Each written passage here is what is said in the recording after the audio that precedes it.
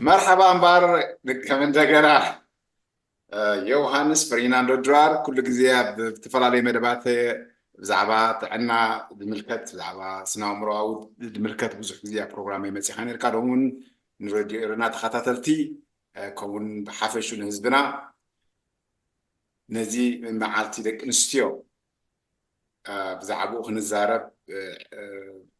علمي أخبر كام صاحب طعمي مسكنك آتو يوهانس فريناندو درار يغني اللي مكيل حوي نعخان سمعتن راديو إيرانان بتتقبرو زلخا أبركتو خاب كالغاري براديو يخون مس راديو إيرانان أساسي ركا تتمرت تعرفو زلخا قصال نخخون أبناي لومر استنا مجمريا معالت دق نستيو مقابيت شمونتي نقول لهنا نقو حقوسنا بفلاي كأنتن فرق مسنقلنا زخونا دق نستيو حبرتسب እንቋዕ ኣብዚ መዓልቲ ብፅሓና ብሓፈሽኡ ወላ መጋቢት 8 ኣይበሃል እምበር ብፍላይ ኣብዚ ምዕቡል ሃገራት ዘለና ኣብዚ ዲያስፖራ ምዕራብ ብመጋቢት ብኩሉ ኢንተርናሽናል ማንስ ኦፍ ዊመን እዩ ዝበሃል። ስለዚ ብሕቶን መልክዕኒ እንታይ እዩ ከመይ እዩ ኣብ እንታይ ክነተኩር ኣለና ምሳኻ ክመያየጥ ቁሩብ እየ ዘለኹ። ወሰገን ብጣዕሚ መስክነካ موافت حتناتات كملس أما نقول كنستيون دكتاتيون في الريت أننا بخميك كمبيان خير تفللياتو مالتيو دكنستيون of course معات دكنستيون يوغن أبو أمتنا دهبنا جن اسكي ناو تنكفبو جمرلنا بوت حتى يعني احنا خلت صوتاينا تبعتاين أنستاين والنستيتين عبنت مفرد حز وحوت حز بسنكا سرتنا حبرتسبنا يقصر له حجي أبتتعنا أمرنا إذا كنستيو خنبل كلنا وفلا كم حمام لبي حمام كانسر ناي عزمي زتفل عليهم بعل أيزامرس درجو نعب يخيد أبتنا يتعنا أمرون دحرمسينا أبنا الدبريشن ويكزانت نبلو بزيادة أبدا كنستيو يبزح بوغن دك تبعتيو أفريتيوم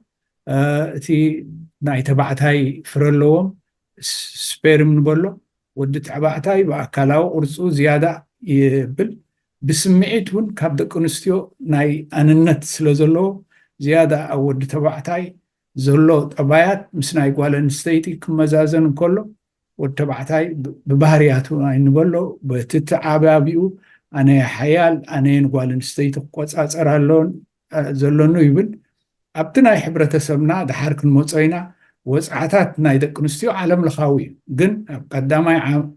عالمن كالعين سالسين رابعين خمسين نبل أبدخا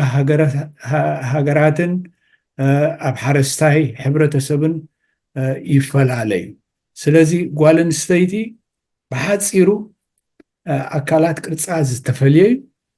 أكالات كرتساز استفليه سلازي خوني اتنا عازت كحمامات كأيفليه أكالاون أمراون يفعله نعبنت depression كنبل كلنا زيادة أبدأ كنستيو يرى كابدأ كتبعتيو تي violence نبلو خا زيادة أب ود تبعتها يرى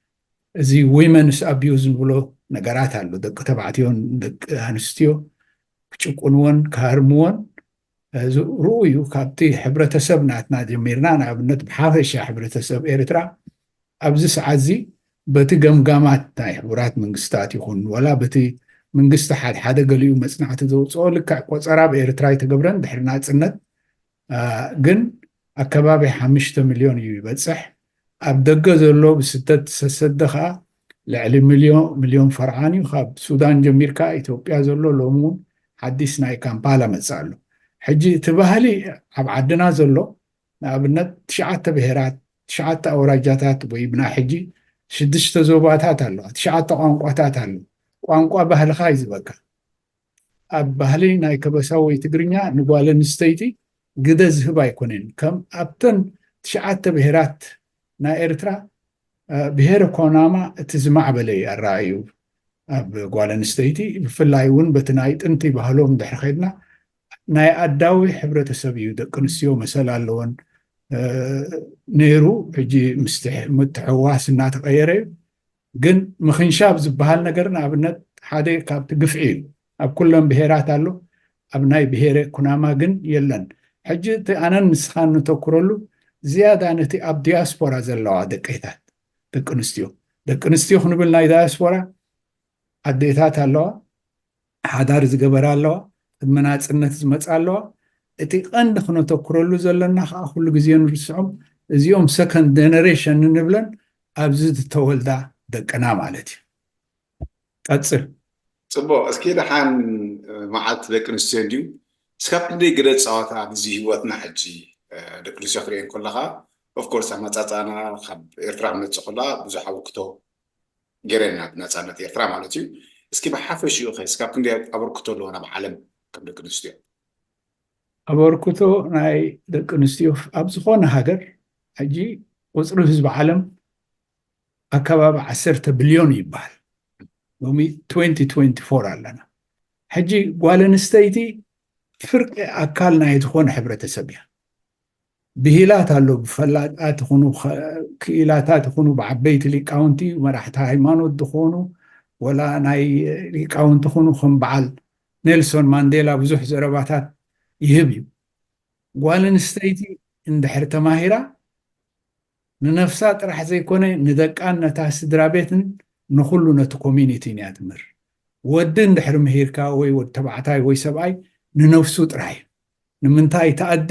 ወይ ታጓል ነቶም ቆልዑ ትሕብሕቦምን ተኣልዮም ትስሉ ዝኾነ ግደ ናይ ደቂ ኣንስትዮና ዓብዪ ብፍላይ ኣብ ሰውራ ኤርትራ ብዙሕ ዝድገም ዓብዪ 35 ካብ 100 ደቂ ኣንስትዮ ኣብ ክልቲኡ ክንፈሊ እንደሊን ኢና እቲ ተጋድሎ ሓርነት ኤርትራ ኣበርኪቱ ከም ዓቕሙ ህዝባዊ ግንባር ኩናት ዛዚሙ ናፅነት ኤርትራ ምፅኡ እዚ ናይ ሓበና እዩ ኣብዚ ቀረባ ግዜ መፅሓፍ ዝተፃሕፈት ኣላ ኣነ ነዞም መንእሰያት ወይ ንደቂ ኣንስትዮ እዚኣ ትሪኣ ኣለካ ዶ ገድሊ ደቂ ኣንስትዮ ትብል ሕጂ እዚ ተመዝጊቡ ኣሎ ቁፅሪ ናይዛ መፅሓፍ እዚኣ ብዙሕ እዩ 476 ሕጂ እዚኣ ኣበይ ንረኽባ ክትብሉ ትኽእሉ ኢኹም ገሊኡ ኣብዚ እዚኦም ናይ ውልቂ ድዩ ናይ መፅሓፍቲ ዘለዎም ግን ኩሉ ኤርትራዊ ክፈልጦ ዘለዎ እዚ ኣማዞን ቡክስ ኤሪትራያን ቡክስ እንድሕር ኢልና ጉግል ምስ ገበርና ኢን እንግሊሽ ኣረቢክ ትግርኛ ክሳብ ትግሬ መፅሓፍቲ ኣሎ ብቐሊሉ እትዘለኻያ ካናዳ ኣሎና ሕጂ ኣነ ኣብ ኦታዋ እየ ዘለኹ ንስኻ ካልጋሪ ኣለኻ ኣነ ብዘለኹ ንኣብነት ኣማዞን ኣብ ዝሓለፈ 2 ዓመታት ኣብዚ ትዲፖ ናታ ገይራ ኣላ መፅሓፍቲ ካብኦም እየ ዝእዝዝ ነቶም ኣሕዋትና እውን ነገዶም ሸቐጦም ክነብለሎም ኢልና ዘይኮና ግን ዝዓበ ካምፓኒ ስለ ዝኾነ ብሕሱር ይሸጥዎ ሕጂ ፔፐር ባክ ዝበሃል ኣሎ ሃርድ ካፈር ኣይኮነን ኣውጎት እያ ተሓቲማ እቶም ሓተምቲ ከዓ ኣሰናዳእቲ ሰሎሞን በርሄ ኤፍሬም ሃብተፅዮን ዮሴፍ ሃይለማርያም እዮም ኣንታታት ተመክሮ ገድሊ ቁፅሪ 6 ትብል ኣላ ኣብ ውሽጢ ብዙሕ ፀሓፍ እዩ ዘሎ ሓንቲ ነገር ክነግረኩም ኩሉ ግዜ ታሪክ ዝስንድ ተቃዋማይ ድዩ ደጋፋይ ድዩ ናይ መንግስቲ ኤርትራ ድዩ ናይ ተቃወምቲ ድዩ ዝበሃል ዘረባ ያለን እዚ ፍልጠት ምስና ኣብዚ ዘሎ ገሊኡ ኣብ ዕድመይ ዝፈልጦ ገሊኡ ካብ ተራ ተጀሚሩ ደቂ ኣንስትዮ ኣብቲ ሰውራ ሕጂ ብዙሕ ኣብኡ ነተኩርን ኢና ኣብ ፍዳኢን ድየን ኣብ ቅድሚ ገንባራት ድየን ብዙሕ ተሳቲፈን እየን ብህድማ እውን ወዲ ምስ መረሮ ይሃድም በቲ ቁፅሪ ዝተገብረም ብሓፈሻ ደቂ ኣንስትዮ ኣፅኒዐን ጠጠው ኢለን እየን ጓል ኣንስተይቲ እንድሕር ልያ ኣብ ኩናት ከዓ ዝወዲ ተባዕታይ ዝያዳ ሞራሉ ሓፍ እዩ ዝብል ኮላ ኣብ ገዛ ኢኹም ኣብ ገዛ ውስጥ ካብ ክንዱእ ግደ ፀወታ እየን ሕጂ ሲ ኣብቲ ፖዘቲቭ እንዴና ነተኩር ኣብ ዳያስፖራ ክብል እንከለኹ ምዕራባዊ ዓለም ንውሰድ ኣብቲ ቅድሚት ዘለዋ ኣብ ጎረቤት ሃገራት ኢትዮጵያ ትግራይ ሱዳን በዓል ካምፓላ ኣብ ውሽጢ ሃገር ዘለዋ ከኣንሰንን ደቀን ሓብሒበን ድኽነት እዩ ካልእ ነገራት ፀይረን ዝኸዳ ዘለዋ ሕጂ ንቐፅል መርሓባ ሓፈሻዊ ኣካላውን ኣእምራውን ሕማማት እንታይ ይመስል ኣብ ደቂ ኣንስትዮ ሕጂ ኣብቲ ቅርፂ እንዲና ክንኣቱ ደቂ ኣንስትዮ መጀመርያ በቲ ቅርፂ ክንዛረብ ናይ ጥዕና ሸነኻት ከም ትቅድም ጠቂሰ ንበልኩ ببزحي أبدأ نستيونا زرعي ويقول يزفلت أودين زي فلتون قدم ديبريشن قبل ثاني حين أبناء كلاونا عزمي متكاغل أوزي أوستروبيوسيس نبلو ካብ ፅቡቅ ምግቢ ዘይምብላዕ ፀባ ዘይምስታይ ኣካላዊ ምንቅስቃስ ዘይምግባር ካልኣይ ብዓብዩ ሕማም ልቢ ንደቂ ኣንስትዮ ቀዳማይ ቀታላይ ሕማም ልቢ ንደቂ ኣንስትዮና ሒዝወን ዝሞታና ኣለዋ ቀንድን ዓብን ብኣርእስቲ እውን ኣብዚ ግዜ እዚ ብዙሓት ነርስስ ኣለዎ ሓካይም ኣለዉ ሶሻል ወርከርስ ኣለዉ ሳይኮሎጂስትስ ኣለዉ ክኢላታት ኣምፂካ ኣብዚ 4-5 ዓመት ብፍላይ እዚ ኮሎራ ቫይረስ ምስ ጀመረ ሕጂ እኳ ዳርጋ እናወደቀ እዩ ብዙሓት ደቂ ኣንስትዮ ብካንሰር መይተን ኣነ ካብቲ ዘለኻዮ ዓዲ ኣነ ብኦታዋ ኣለኹ ኣብ ካናዳ ዘለና ንሓበሬታ ክንህበኩም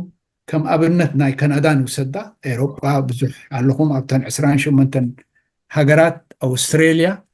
ኣሜሪካ ብዓብዩ ኣብዚ ዘለኹ ኣነ ሕጂ ብሓፈሻ እንዲና ንዛረብ ኣብ ካናዳ መብዛሕትኡ እቲ ሌተስት ሴንሰስ ቁፅሪ ካናዳ ዝሓለፈ ጁን ኣብ 2023 ወፂኡ ኤቭሪ 5 ይርስ እዮም ዝገብሩ 4 ሚልዮን ኢና ሓፈሻ ካብዚ 4 ሚልዮን ምስ ሴንሰስ ተዋሂቡ ዘሎ 39 ሽሕ ኤርትራውያን 39 ሽሕ ሕጂ ኣብ ካልጋሪ ድዩ ኣብ ቶሮንቶ ድዩ እቲ ከባቢኡ ሎሚ እቲ ኤርትራዊ ዝቕመጦ ዘሎ መብዛሕትኡ በዓል ጎሎፍ እዚ ኪሽነር ዝበሃል ኦታዋ ኣለኹ ኣነ ዊኒፔግ ኣለዉ ኤድመንተን ኣሎ ኣብዚ ዘሎ ግን ኣብ ከባቢ ቶሮንቶ እቲ ዝበዝሐ ኤርትራዊ ልዕሊ 30,000 ገለገለ እውን ነጋኖነይ ናብ 30,000 ነብፅሖ ግን 20,000 በቲ ቆፀራ ናይቲ ሴንሰስ ናይ ካናድያን ገቨርንመንት ሕጂ እታ ጓል ኣንስተይቲ ብዛ ዓዲ እንታይ ትሰርሓላ ዝብል ባዕለይ ክምልሽ እየ ብዙሓት ደቂ ኣንስትዮ ተማሂርክን ክኢላታት ዝኾንክን ኣለኽን ኣብ ዝለዓለ ደረጃ እውን ብፍላይ እተን ካልኣይ ሰከንድ ወለዶ ደቂ ኣንስትዮ ወይ ኣዋልድ ንበል መፅናዕቲ ኣብ ዓለም ዝተገብረ ብፍላይ ኣብ ኖርዝ ኣሜሪካን ኣውሮጳን ደቂ ኣንስትዮ ካብቶም ደቂ ተባዕትዮ ኣብዚ 10 ዓመት ኣብ ዩኒቨርሲቲስ ዲግሪስ ወስዳ ኣለዋ ጠበቃታት ብብዝሒ ሓካይም እዚ ኣብ ቢዝነስ ዝኣተዋ ሕጂ እቲ ወዲ ተባዕታይ ወኒንዎ ዝነበረ ደቂ ኣንስትዮ እናሰበሩ እየን ብደረጃ ናትና ከምኡ ድዩ እወ ብደረጃ ካናዳ ከምኡ ኮይኑ ኣብ ካልእ ከምኡ ክኸውን እዩ ዝግምት ኣነ ሕጂ ኣብ ናይ ጥዕና ናይ ዓፅሚ ናይ ልቢ ናይ ካንሰር ክብል ፀኒሕ እዛ ናይ ካንሰር ብዘይ ቃል ዓለም ካንሰር መብዛሕትና ወላ መብዛሕተን ኣንስትዮ ብኡ ይሞታ ንሕና ኤርትራውያን ወይ ሓበሻ ንበሎ ብሓበሻ ንሕና ኤርትራውያን ኢና እቲ ሓበሻ ዘርኢ ከምቲ ንፈልጦ ኢትዮጵያን ኤርትራን ኣብ ካልኣይ ደረጃ እንታይ ተነፍዐት ይመፅእ ሕጂ እዚ ናይ ጡብ ካንሰር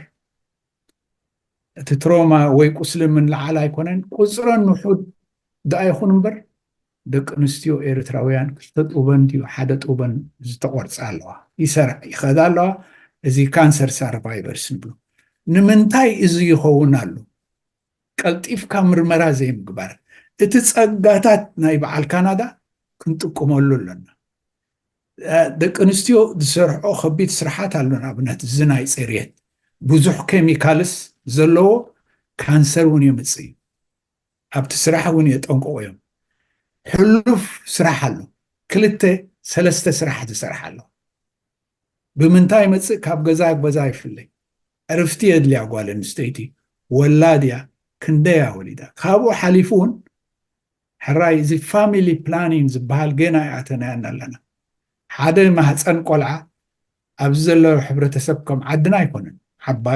ዓባያ ትሕግዛ ሓትና ትሕግዛ ሓፍታ 4-5 ክሳብ 6-8 ቆልዑ ይውለዱ ኣለዉ ካናዳ ኣነ ኣይትውለዱ ይብለኩምኒ ሓንቲ ጓል ኣላትኒ ተማሂራ ካንሰለርያ እውን ናተይ መንገዲ ተኸቲላ ሕጂ እቲ ቆልዑ ምዕባይ ኣብዚ ከቢድ እዩ ኣብቲ ናይ ደቂ ኣንስትዮ ጥዕና ክንታይ ፅልዋ ኣሎ ኣብ ግዜ ጥንስን ሕርስን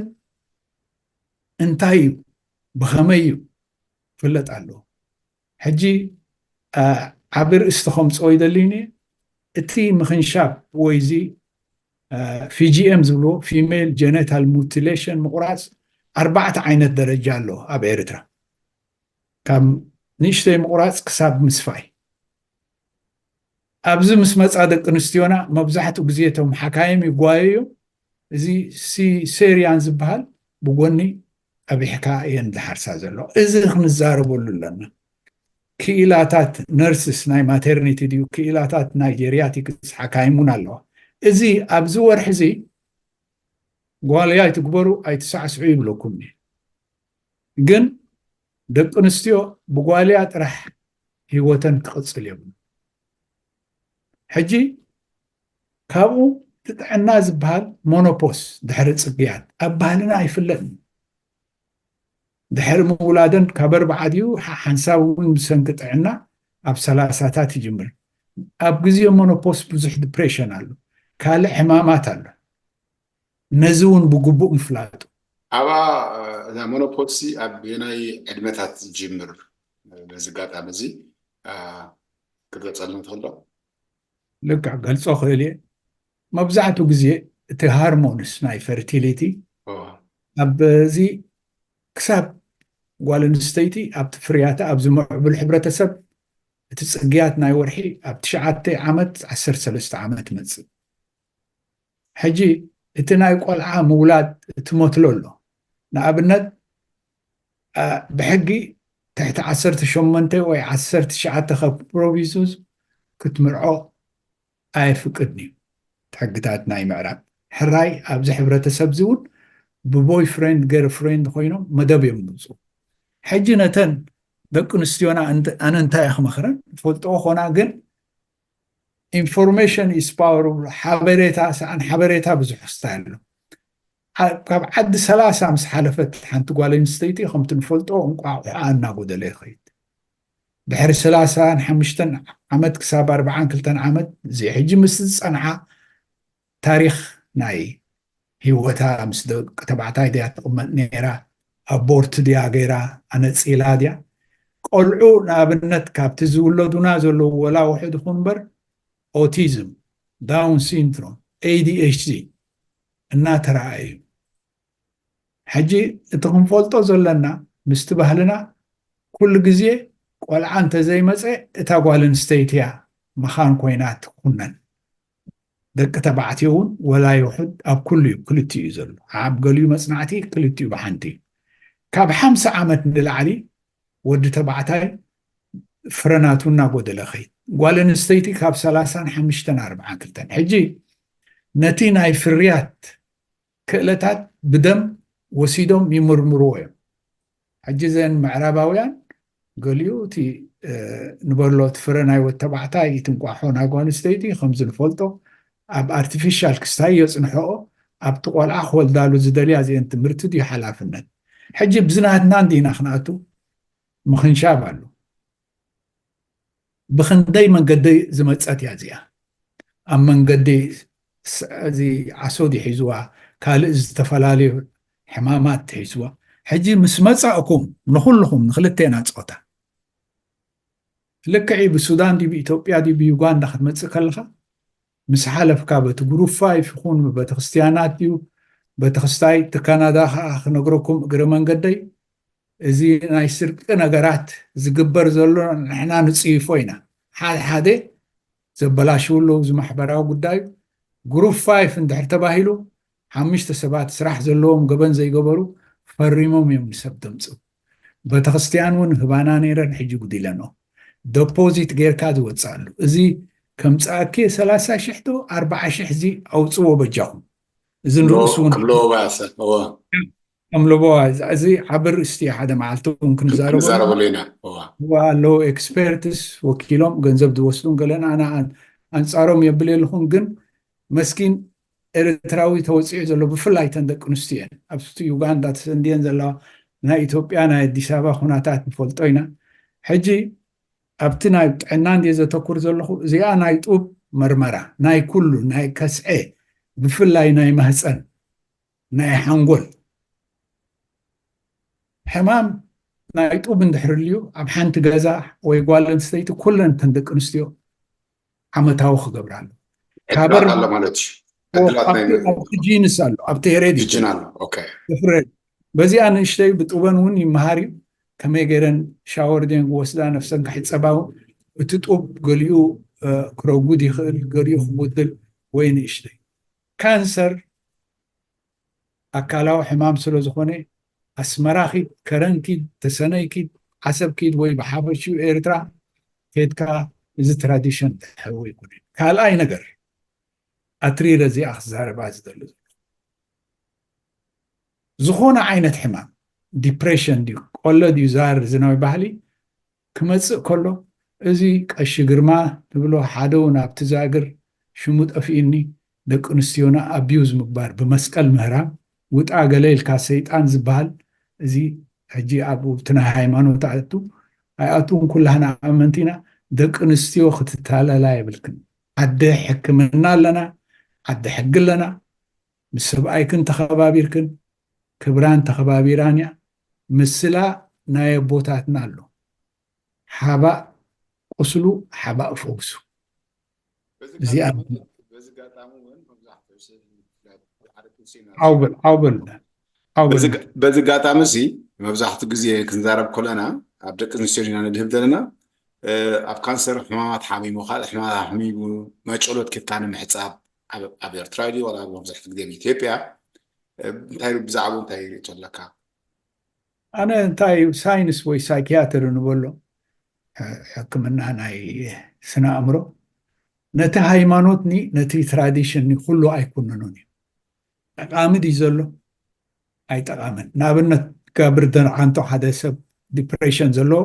ወይ ስኪዞፍሪንያ ዘለዎ ሓደ መዓልቲ እውን ክንዛረብ ኢና በዚ ወሲድካ ኣሲርካ ኣብቲ ቃላይ ክትስንድዎ ከለካ ኣብቲ ሓንጎሉ ተረቢሹሉ 5 ህዋሳት እንድዩ ተኣሲሩ ገለ መሊሽ እዩ ዘጋንኑ ድሓር ደቅና ኩሎም ደቅና እዮም የጋንኑ የለኹም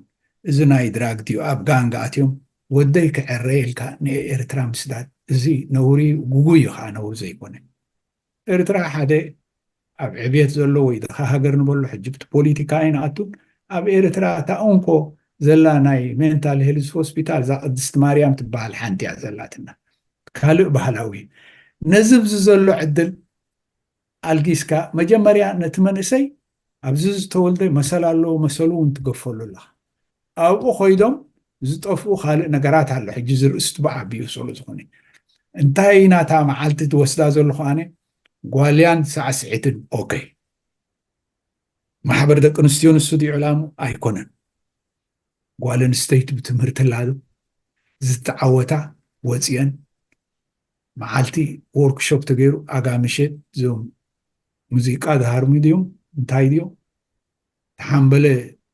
ወጋሕ በለ ለይቲ ክበሃል እውን ይኸይድ እቲ ካልእ ኣርእስቲ ንኸይዱ ክንደየን ኣብ ናይ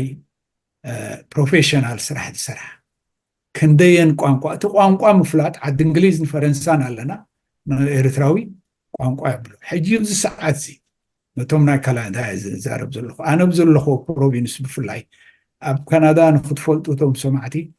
10 ጠቅላይ ግዛት ወይ ፕሮቪንስስ ከምዚ ዞባ ወይ ኣውራጃ ኣለዋና 3 ከዓ ኣለዋ ናይዞም ደቀባት ቁፅርና 4 ሚልዮን እዩ ኢለኩ ኣብ ኦንታሪዮ ኣብዚ ግዜ እዚ እቲ መንግስቲ ናይ ኦንታሪዮ ናይ ዞባ ምምሕዳር ማለት ሕጂ ዞባ ሓንሰባ ንብል ኣለና ወላ ደቡባዊ ቀያሕ ባሕሪ ወሰማይ ሕጂ እዚ ብዘይ መጠን ናይ ሄልስ ኬርስ ፕሮፌሽናልስ ካብ ሓካይም ጀሚርካ ነርስስ ኤክስሬይ ቴክኒሽያን ላቦራቶሪ ቴክኒሽያን ከፊሉ ይምርሃል ኣነ ክመሃር ከለኹ ክሳብ ማስተርስ ሓሊፈ بعدا يبيله እግዚአብሔር አቢሉ ስራሕ ከፊለ ቢለ ማለት እዩ ሕጂ እንታይ ዝብለኩም እዞም መንሳት ናይ ግድና ኣይኮነን ዲፕሎማ ክትወስድ ናይ ግድና ኣይኮነን apprenticeship ዝበሃሉ vocational training carpenters ክትኮኑ ትኽእሉ electricians plumbers ብዙሕ ገንዘብ ይዝህብ ኣብ ሰዓት 30-40 ብዙሓት ደቂ ኣንስትዮ እውን እዚ ምኽርና ገበራ ይግስገስ ኣለዋ እቲ PSW ዝበሃል ዝናይ 6 ወርሒ 9 ወርሒ ፐርሶናል ሰፖርት ወርከር መብዛሕትኡ ኣብቲ ናይ ዓበይቲ እዩ ዛቱ ኣነ እዚኣ ናይ ነርሲንሆም ኣብኡ ገፃ ብትሮፕ ብዙሕ ንኸዳ ስለ ዘለና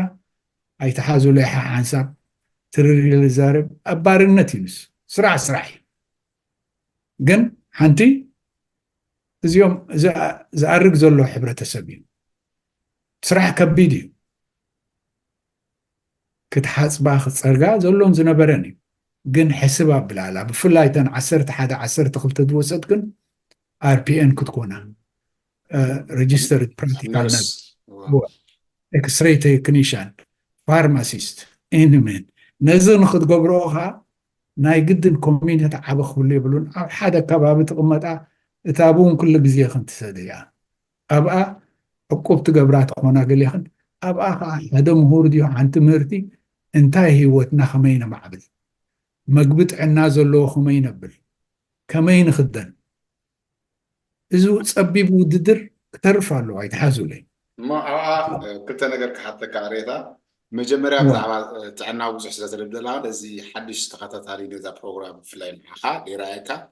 ناتكا بروفيشن ناتكا مويا انتهي مسنير أبنا تعنا انت الحالس يعني كمو نسمعت ناس كي نيشتي أبرهاد حبايت أخا أقدم بينهم قولت قبائنا بحج بس يعني كها بروجرام جن نزل حج دقيقة كاسب تحربايت ناتكا بروفيشن فلاي أبنا يتعنا من كاسة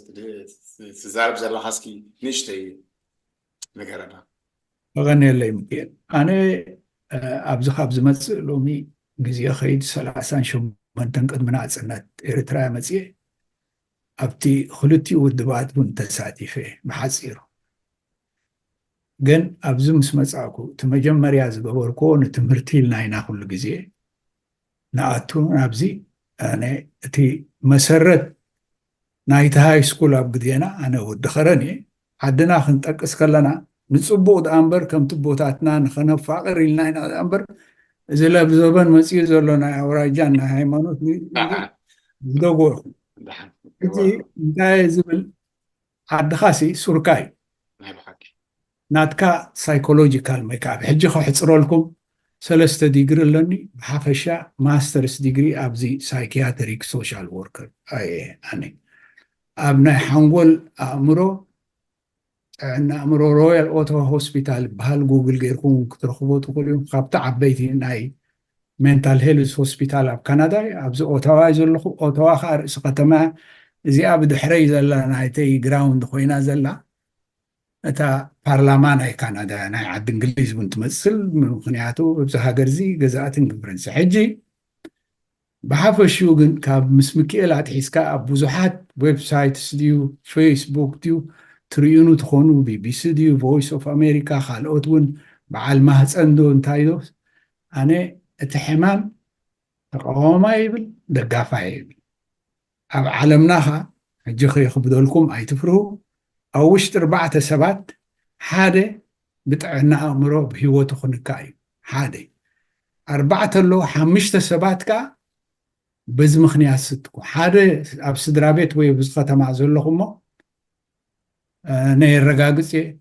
وي صديفو زموتلو وي أب جزء زموتلو تحنقلو سبز قتللو نزيقن مدهانيتا اللو حكمنا اللو مخرلو نتقاملو نتسقادان عد تمرتي عد سرعات سنة سرعاتي مسألة كحل مسألة يحلي كتبلك اللخاخة قبوك هتفلت عليك وأمانة على الكاخت السنة حج بوليتيكا خي مسلكم قرب وصل زبالة يعني وما مستي كمس كابتوم زدقفون زقالو سوني السنة سرعات جن إن كان هباني مرحبا أنا نمحبراوي هوتنا تزرق تكبارات أب تخصيان كنقبرية بلنان أم محبراوي هوتنا كنقبرية بلنان مسألنا حلو سلفخ نقبر كنقاوم قن مسحاونا نتبعسنا يكونان نخلت يوم يخوهم زبل ذلو دقفت من قستن توم تقوامتن سنة سرعات بالبار أنا حنسابي يريد يخوني لكم ملحسكا زي سدنات الرئلو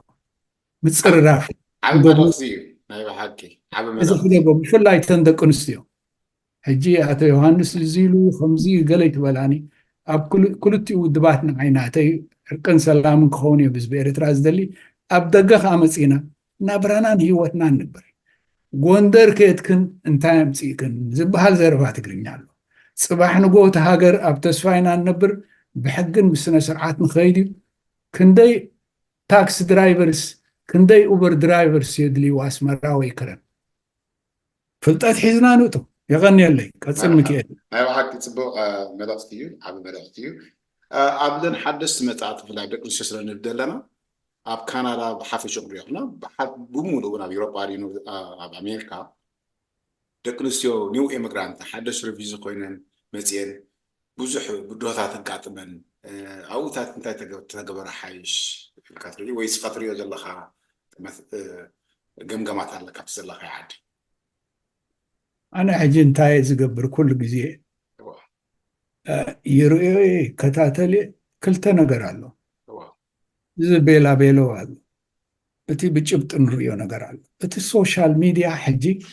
ናይ ቆያቋን ናይ ክስታይን ይኹን ሕጂ እከለተ ክንብል ኣይኮናን ኩሉ ፈላጥ ክኸውን ደሊ ኩሉ ሃገር ንሓዲ ሓደ ሰብኣይ ክልተ ሰብኣይ ዝመርሕዋ ግን ሓንቲ ሃገር ቅዋም ወይ ሕጊ ዓዲ ሕጊ ስለ ዘለና ኣይፈልጡና ይጥይቁና ቦታ ሂቦምና ምሂሮምና ኣብ 50 ዓመት ኣብ ካናዳ ካኔድያን ሲቲዝን ትኾን ኣነ ንስኻን ድሮ ካኔድያን ሲቲዝን ኢና ሕጂ ኣብተን ናይ ዘን ሓደስቲ መንእሰያት ብፍላይ ኣብ ከባቢ ናፅነት ኣብ 91 ወይ ድሕሪኡ ዝተወልዳ ወላቶም ወዳድ ቅድሚዚ ዝግበር ዘሎ ኣምባጓሮ ዲኻ ክትብሎ ብትግርኛ ኣብ ኤውሮጳን ኣብዚ ካናዳን ኣብ ኤውሮጳ ብፍላይ ትዝክሩ ተኾንኩም ረሳዕቲ ኢና ኤርትራውያን ደቂ ኣንስትዮ ኣብቲ ማስ ሚድያ ናይ ኤውሮጳ ብኸራሩ ኣብ ከብደን ዘፅድፍዎን ብዙሕ ግፍዕታት ፍፀም ነይሩ ሕጂ እውን ጠጠዋ ይበለን ጠጠዋ ይበለን ይቕፅል ኣሎ ሕጂ እዚ እንታይ እዩ እቲ ዊመንስ ኣቢዩስ የብል ሕጂ ኣብቲ ፖዚቲቭ ንክነምፃክን ምርጫ ናይ ዓርኪ ናይ ሰብኣይ ገሌኽን ምስቲ ዘሎ ስግር ባሕሪ ብፍላይ እዚ ናይ ኤውሮጳ ናባና ድመፅእ እኳ ንጣር ካብ ኣሜሪካ ኣትውና ብግቡእ እዩ ዝመፅእ ካብ ኤውሮጳ ካብ ኣፍሪቃ ገለ መብዛሕትኡ እዚኦም ብባሕሪ ሰጊርኩም ተኣትዉ ወድኹም ጓልኩም ክንደይ ጭንቀት ዝርኢኹም እዩ ኣነ ንመንእሰይ ብዘይ መጠን እየ ዘኽብሮ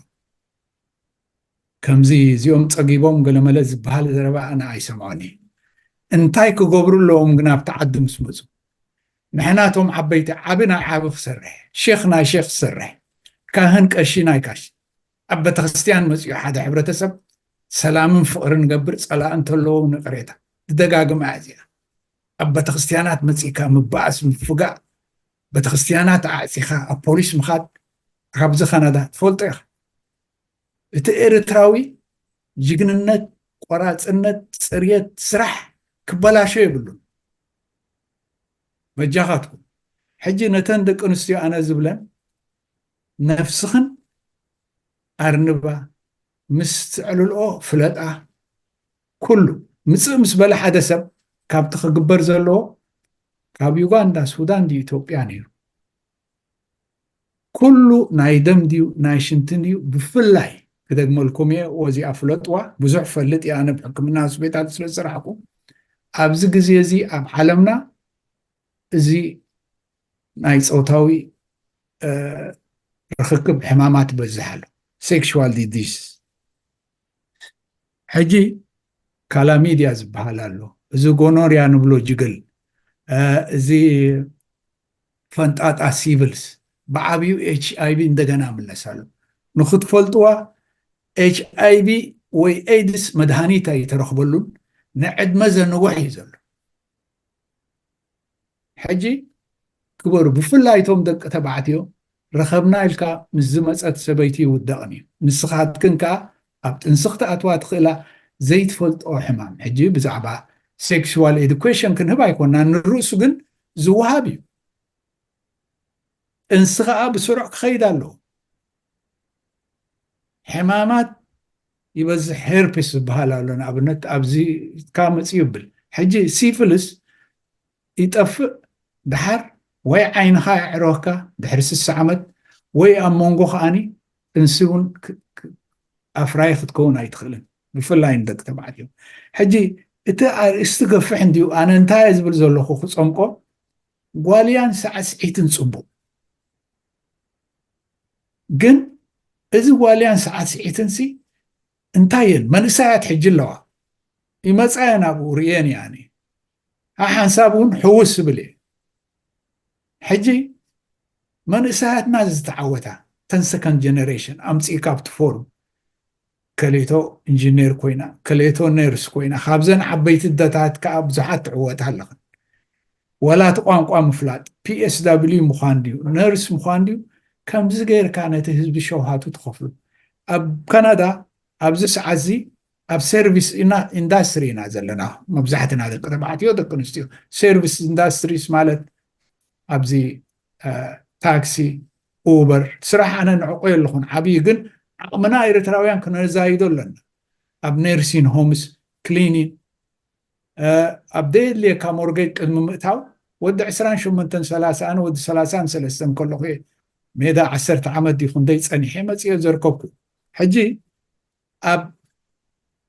عدا خياتهم بلጭልጭ كياتهم تمهروا مصاي عدلكم اكفر كندي عمت يخاص كلينينج كتقبر كندي عمت يخا تاكسي كتبل مبزحتكم يو نحن زوم عبيت لومي اب ريتايرمنت اتينا تي نجرسي እግዚአብሔር ነተዓዲ ሰላምን ፍቅርን ሕግን ሃቦሞ ኩላና ተታሓይዝና ከምዚ ተዘወሩ ማንኪና ተዘወሩ የሽዋን ኣስመራ ተዘወሩ ካናዳን ኤርትራን ኮይኑ ክኸውን ይኸዓ ብተስፋ ኣቡሉ ተስፋ ዘይምቑራፅ ይቐኒየለይ ሚክኤለይ ስማዕ ኣለኻን ማሕበረኩም ተግድ ኣለዎ ብፍላይ ደቂ ኣንስትዮ ዝመፅእ ንብሓት ኣዴታት ኣለዋ ሲንግል ማዘር ኣለዋ ደቂ ኣንስትዮ በዓል ናይ መዓልቲ ደቂ ኣንስትዮ ስለዝኾነ ማሕበረኩም ኣብ ካናዳ ድዩ ኣብ ኣሜሪካ ድዩ ኣብ ኤውሮጳ ዘለዎ ክሳብ ክንደይ ግደ ይፃወት ኣብዚ እተን ቀንዲ ክፃወታ ዝኽእላ ደቂ ኣንስትዮ እየን ነይረን ንስኻ ኹን ኣነ ኹን ምናልባት ኣብዚ 30 ዓመት ዘሕለፍና ወይ ልዕሊ 35 ብዙሕ ንፈልጦ ኢና ኮሚኒቲ ክበሃል ከሎ ብኤርትራዊ ቀደም ኣብቲ 80s ጀብሃ ሻዕብያ ይበሃል ለብዘበን ብሪጌድ ንሓመዱ ዶ ህግደፍ ዝበሃል ኣምር መፂና ሓራ ዝኾነ ኮሚኒቲ ደቂ ኣንስትዮ ዝመርሕኦ ሕጂ ንዓና ኣይትፀበያ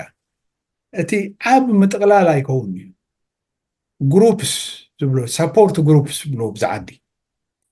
ኣብቲ ከባቢ ዘለኽን ትሰማምዓ ብጠባይ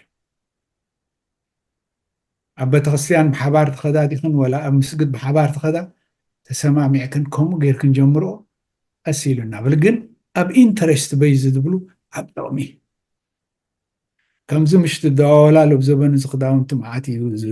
ፀጉርታት ወገለ ጆክ ገብር እየ ኣይተሓዛለ በዚ ይርከብ እዩ በዚ ኾኑ ርየክን እንዴ ንፈልጦ ኢና ኩላና ምስ ኣንስቲ እንዲና ሕጂ እዚታት ፅቡቕ ወስኻሉ ግን ናይ ትምህርቲ ሓርቤራ እያ ካብ ህንዲ ንመሃር ኣብ ካናዳ ንስኻ ኣብ ቲም ሆርተን ትኸይድ ስታርባክስ ትኸይድ ኣብ ዝኾነ በዓል ዎርማርት ህንዳውያን ተቆፃፂሮም እዮም ሲምፕል ይኽደና ተሓታ እንታይ ትገብሪ ኣነ ነርሲ ነፅንዕ እቲ ሃይቴክ ኣለኹ ገለ እዘን ናትና ይተሓዛለይ ንሕና እውን ኣነ እውን ክራቫታ ይገይረ ኣለኹ ክሳብ ቲ ክላስ ትኸይድ ክታብ ትቆሓሓል ፎርጌት ዚስ ተኸዲንክ ሲምፕል ጌርክ ውፅእ ኣይትወዳደራ በዚ ጨርቀ መርቀ ኣይተሓዛለይ ሰብኣይዝስ ዛረጊት ሰብኣይ ከዓ ክብላየን ሕጂ መርሓባ መርሓባ ዮሃንስ ዘረባ ኣብዚሕዶ ብጣዕሚ የመስግነካ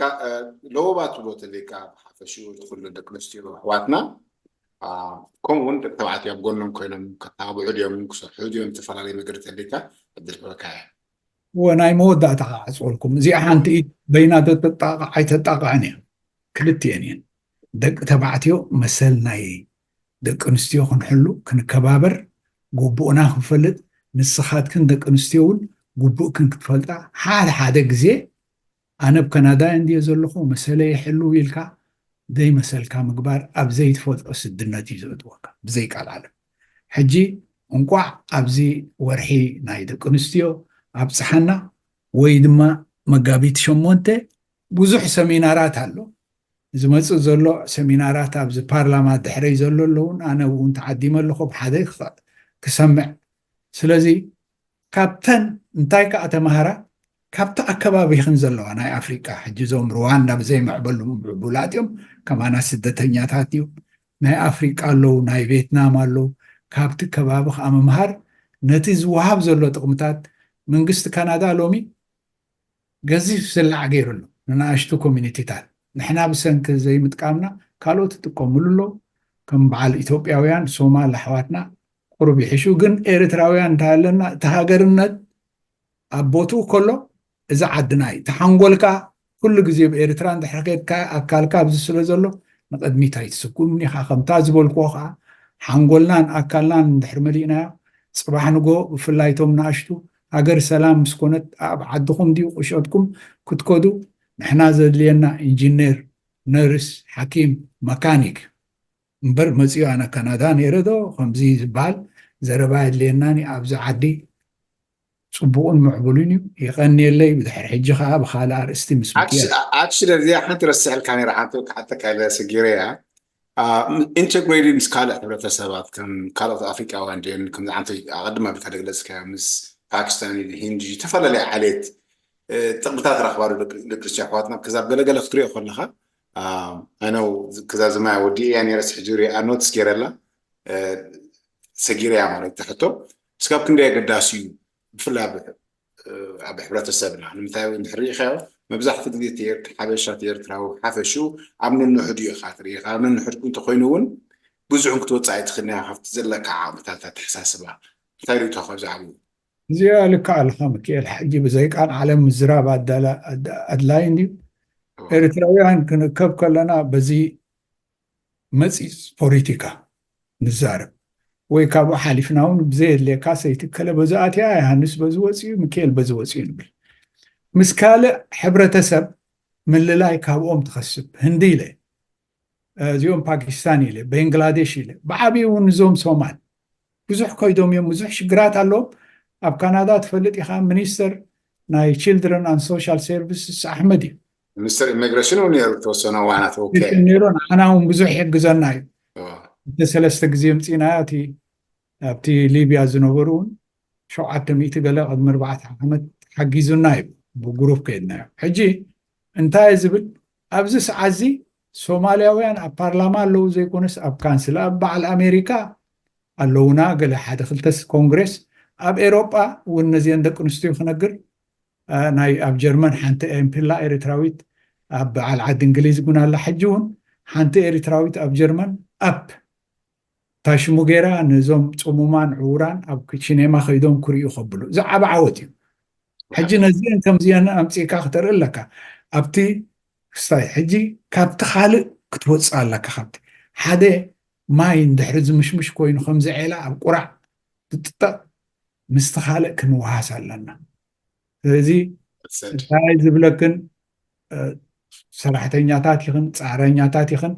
ግን ነቲ ፃዕርኽን ክስታይን ኣብ ረብሓ ናይ ፕሮፌሽን ንክተትዎ ንስኽን ከዓ ደቅኽን ስለተብላ እቲ ካብ ኩሉ እዚ ካብዚ ፀቢብ ውድድር ተጠንቀቓ እንዳኣከለ ገዛእ ሰብ ሳእንኻ ማዕረግርኻ እዩ ዝበሃል ስለዚ የቐኒየለይ ርሑስ መዓልቲ ደቂ ኣንስትዮ ርሑስ ወርሒ በብወገና ብድሕሪ ሕጂ ምስ ሚካኤል ብዙሕ መደባት ክንገብር ኢና ካልኣይቲ ዝዘከርኳ ሕጂ ድሕሪት ዘረባብ ዘረብ እዚ ዲፕሬሽን ፖስት ፓርተም ዲፕሬሽን ዝበሃል ድሕሪ ሕርሲ ዝመፅእ ይረአ ኣሎ ካናዳ ሕጂ ከተማ ገለገለ ከይበልኩ ሓንቲ ሓፍትና ቆልዓ ህፃን ቀቲላ ኣብ ሕክምና 4-5 ዓመት ገይራ ኣብ ቀረባ ግዜ ወፂኣ ነፍሳ ቀቲላ ተራኺባ ሕጂ እዚ ፖስት ፖርተም ዝመፆ ምክንያት እታ ጓል ኣንስተይቲ ኣከባቢኣ ሰብ እንተዘየሎ ወይ እቲ ሰብኣያ ጭቁና ወይ ሓዲጓ እንተሎ ኣብቲ ሓንጎላ ዝኸይድ ድሓር ኣብ ፅላለ እዩ ዘእትዎ ሕማም ሕርሲ ንብሎ ነርና እውን ብዓድና ራይ የቐኒየልና እስከዚ ብጣዕሚ መስግነካ ዮሃንስ ፈርናንዶ ግዜኻ ጥፊኻ ኣፍኮርስ ብዙሕ መደባት ኣለና ንመፃኢ ትምህርታዊ ዝኾነ ንዚ ሕብረተሰብና ክትቦ እንዲያኸ ሬድዮ ሮና ብጣዕሚ መስግነካ የቐኒየለይ ኩልኩም ሬድዮ ሚካኤል ሬድዮ ኤረና የቐኒየለይ ኩሉ ግዜ ካባና ናባና እንዲ ዝበሃል ትግርኛ ሓንሳብ ሓፅረኒ እዩ ስለዚ ካባቢ ዓሰተይ ተሓይሽ ኣለዎ نخلكم أبذل لكم مو قال لكم زحان حضروا قال لكم زحان وعلو دي زبال مرحبا بروح مشيت قبر لنا مكيلة يا غدير ثانك يو آمين ثانك يو فيري ماتش